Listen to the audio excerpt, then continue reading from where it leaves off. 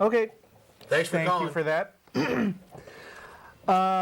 So there was a particular passage that I picked out of Chuck Colson's book that touched on his prison ministry.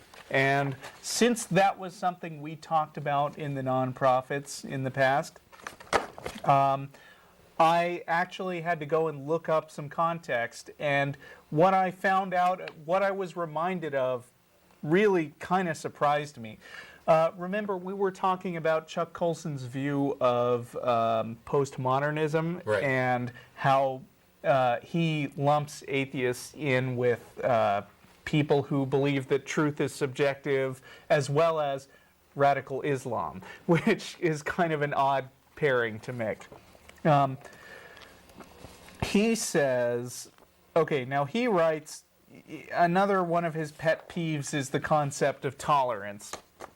The only thing the God of tolerance hates more than Christians making truth claims is Christians proving them.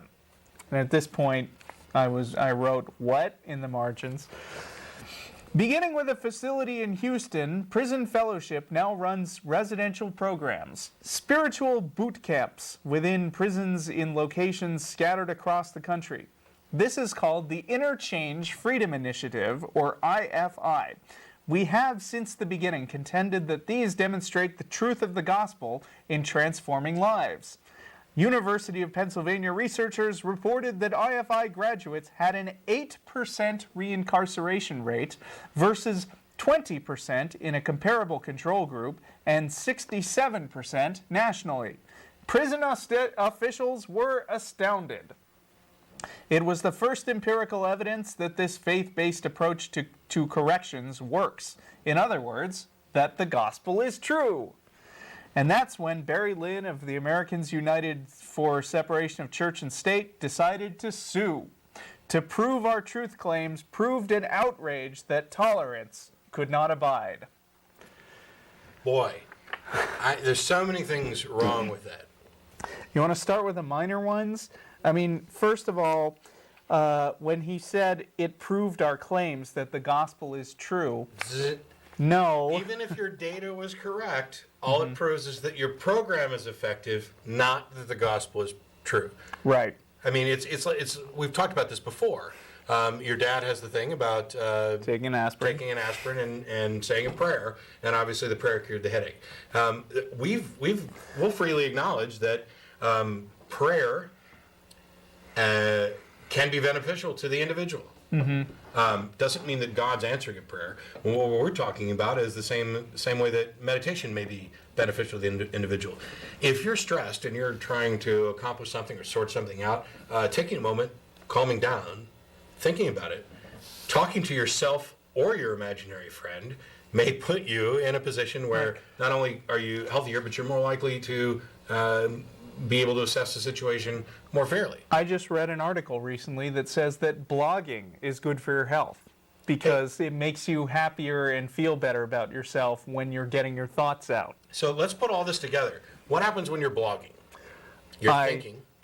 Something has been on my mind, and instead of just holding it in, I type about it and a bunch of people read it. Yes, and you're concentrating on the issue. So what you're doing is thinking and attempting to be rational. So you're, instead of overreacting or being emotional, you are calming down, hopefully. I've seen some blogs where that's not necessarily the case.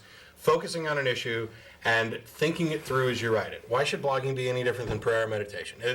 These types of things. But none of it demonstrate that there's a God up there who, as soon as you hit your knees, rather than doing something productive, or your keyboard, calms down, comes down and anoints you and blesses you and changes your life. I mean, that's insane. Sorry. Okay, but it's way worse than that. Yeah, I mean, that was the simple one. Right. The reason it's way worse than that is that this study that said that IFI graduates had an 8% reincarceration rate instead of 20% in a control group actually said a lot more, which Chuck Colson didn't mention in this book. Oh, come on now. Chuck, this is the chapter called Truth. The Truth. Obviously, yes. Chuck would not hide part of the truth. Right. or No, it's just misrepresent. called truth. No, the. No. But anyway. So he's not really saying that the truth is in here. He's just saying truth. Oh, don't say that, you postmodernist. It might have been that he was saying truth and how to distort it. But see, They chopped off the bottom part. in this case, if you were to say that reality was subjective and open to interpretation, you could really be talking about this chapter. Yes. Because here's what is defined as an IFI graduate. Somebody who finishes the program and then gets out of jail and then gets a job. So if you didn't finish the program, if you started the program, but you didn't see it all the way to the end, you weren't considered a graduate, you were considered a dropout.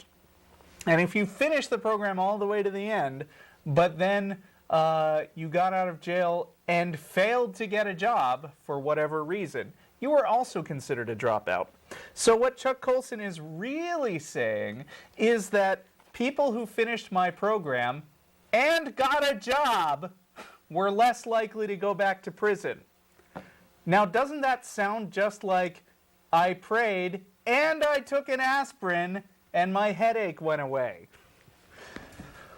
When you get a job, you have money, and people who have money are less desperate and as a result less likely to commit crimes.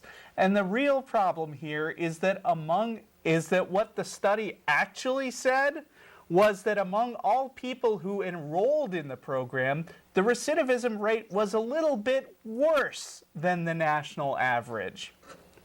Chuck Colson's faith program actually made the recidivism rate worse. And yet what he says about it is, Barry Lynn decided to sue us because, to prove our truth claims, proved an outrage that tolerance could not abide. Now, Reverend Barry Lynn, who, by the way, is a Christian, just like, well, not, I don't want to say just like, that's not fair, like Chuck That Colson. would be mean. Is also fairly reasonable, especially when it comes to church-state separation. The reason Barry Lynn sued about this is because... And by the way, he mentioned that fact in his lawsuit. Yeah. It is because your religious program has no place in a secular prison system. Not that there could be another kind, but the ones that's run by the government. Not only did you cook the books on the data in order to have your program say what you wanted it to say, but as Russell pointed out, your program, its mere existence made things worse. Now, I don't want to say that it made things worse. Oh, no, I do, because I want to lie just like Chuck. The amount worse that it was, I think, was within the acceptable error range. Yeah. So, see, I'm not going to lie just like Chuck. Gosh, you ruined it. Okay. I was really hoping to get an email from Chuck about how we lied just like he did. I don't think Chuck is listening to our show. In fact, I'm not even persuaded that he's going to directly read our emails, just because we seem to be going through a liaison of some people of Chuck Colson. Yeah, so there's like a group of individuals sitting there at Zondervan who are actually debating with atheists around the internet and just signing Chuck's name to it. That's not true. I don't know that to be true. Just making stuff up for humor. Yeah. So, unlike Chuck, I'm not willing to say that the information that I give out here is truth that will change your world, inspired by divine intervention. So what I'm saying is, when Chuck Colson talks about truth, he's not really talking about truth as determined by an objective process in which we consider that we might be wrong and follow the implications of that in order to come up with the best possible answer.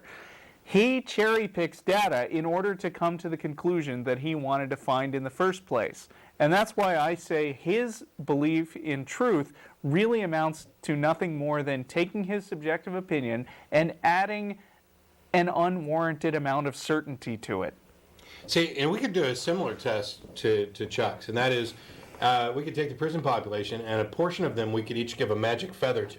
Mm-hmm. And of those people that we gave... This is what you talked about with Tracy last time. Of those people that we gave a magic feather to, we could monitor them, and as long as they got a magic feather, managed to hang on to it until after they were released and got a job, we could check what the recidivism rate was for those individuals as well. Somebody out there thinks that I just made an absurd statement, and boy, that really makes me giggle, because all I did was demonstrate the absurdity of what Chuck's claiming. This isn't science. This isn't a scientific study. This is, we're going to inject our religion in there and cook the books so that we can continue this ministry. And wait a minute, what's going to happen when people start seeing the effects that Chuck has managed to produce with his faith ministry? Isn't it going to be instated in prisons all over? Aren't people going to make money? That's actually the idea, because as I understand it, the Bush administration took this study and Chuck Colson's spin on it and used it as sort of backing for the whole faith-based funding concept. Well, that doesn't surprise me. They think abstinence-only education works. Yeah. And by the way, Chuck Colson mentions in a teeny tiny little endnote at the end of the book, linked off of that last paragraph I read, that, oh, by the way, we lost that case, and the state had to stop running our program. Wait. Is it highlighted anyway? Is it? No, it's just, there's a little number 4. Oh, right, it's in a right footnote in the back of the book. It's in an end note. Footnotes would be at the bottom of the page so you could see them. So now, yeah, you actually have to dig in the back. So basically, these intolerant church-state separation folks sued us because they couldn't tolerate the truth of Jesus. And they won. Woohoo! Moron. Of course, if he had bothered to include that in the main text, he probably would have had to throw in something about how it was because the judge was one of these liberal activists from the bench who has no business ruling on this sort of thing. Boy, if only it was... Anyway. I guess we dropped that's that okay. last guy. We get the email address, Yeah. so we can do that. You want to take the next call? Sure.